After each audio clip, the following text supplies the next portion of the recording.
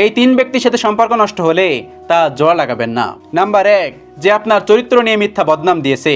যে মানুষটা আপনার চরিত্র নিয়ে মিথ্যা বদনাম দিয়েছে তার সাথে যদি একবার সম্পর্ক নষ্ট হয়ে যায় তার কখনোই জোড়া লাগাবেন না, কারণ সেই মানুষটা সাপের থেকেও ভয়ঙ্কর, একটা বাঘের থেকেও ভয়ঙ্কর, একটা কুমিরের থেকেও ভয়ঙ্কর।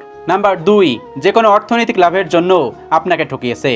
এই মানুষের সাথে যদি সম্পর্ক কখনো নষ্ট হয়ে যায় তাহলে কখনোই জোড়া লাগাবেন না, কারণ এই মানুষটা কিন্তু অনেক বেশি ভয়ঙ্কর। আপনার সাথে সে স্বার্থ লুটে নেবে, স্বার্থ শেষ হয়ে গেলে সে মানুষটা দূরে চলে যাবে।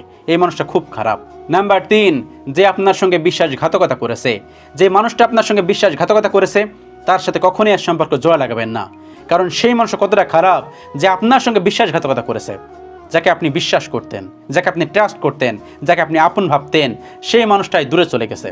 কি দরকার তার সঙ্গে আবার সম্পর্ক জোড়া লাগানোর? এই 3 ব্যক্তির সাথে কখনোই সম্পর্ক জোড়া লাগাবেন না যদি একবার সম্পর্ক ভেঙে যায়। আল্লাহ রাব্বুল আলামিন আমাদের সকলকে বোঝার তৌফিক দান করুন। আমিন।